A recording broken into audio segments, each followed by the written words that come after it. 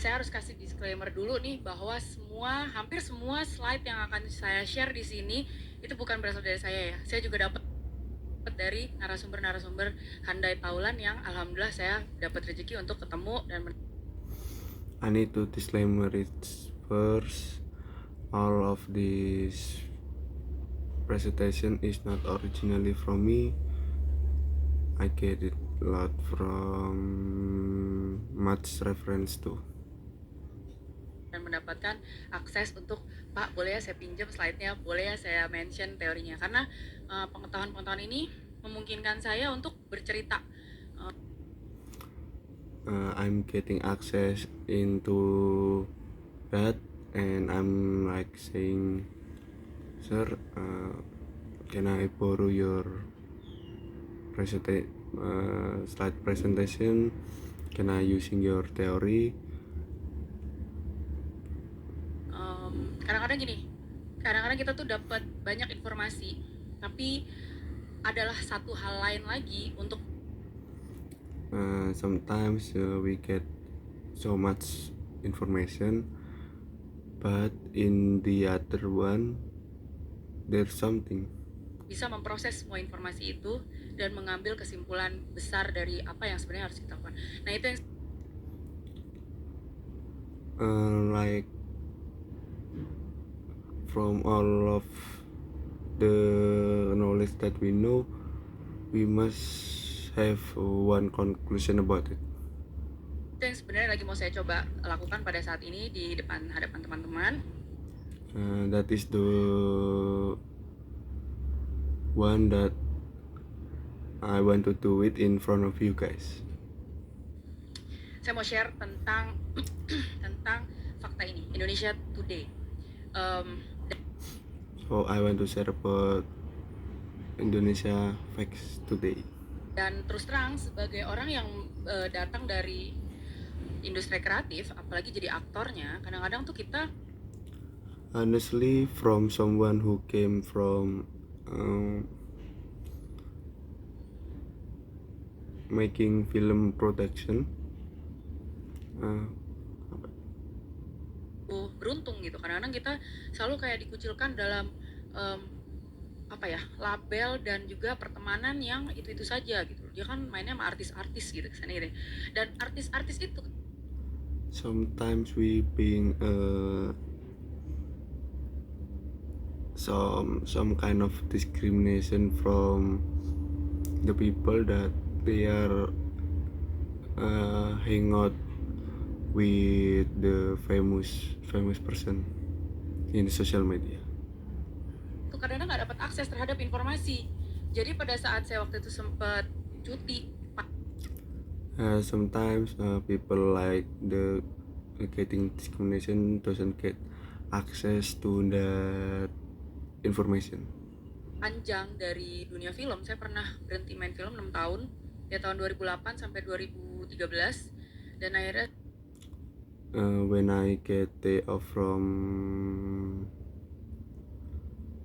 my career that being actress around 4 till 6 months. salah satu yang saya lakukan dalam 6 tahun itu adalah saya sempat ngantor 6 years I mean di dunia corporate dan juga kuliah lagi. Jadi salah satu faktor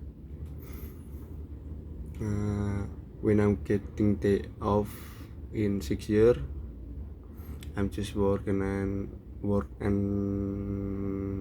like in the office and getting study again.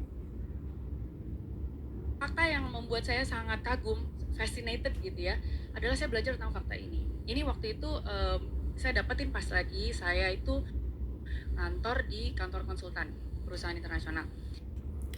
The fact that was making me speechless is about fact when I get it in the office, consultant office.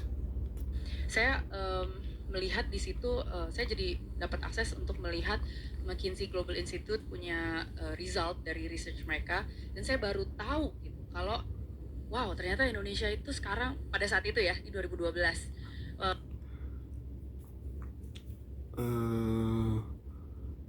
getting access in about Indonesia fact in that office,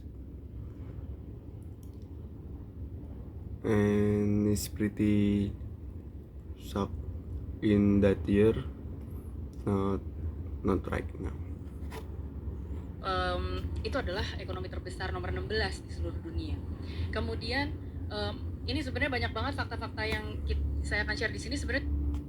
So in that fact saying that Indonesia is in 16 biggest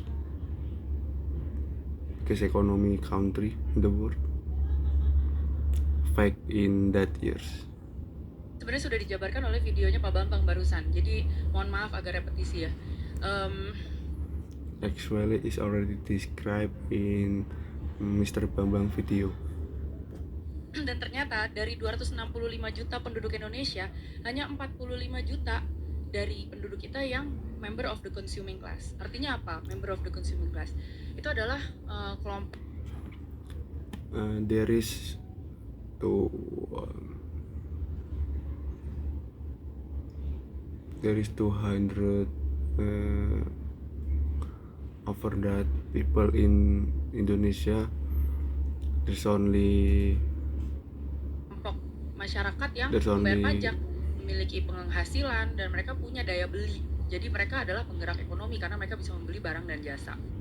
there's only 45% people that in consuming class. Consuming class is like paying a tax to the government, having a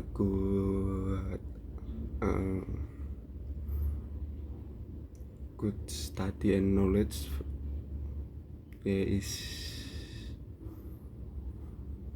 This is the research, or this is the fact in that year.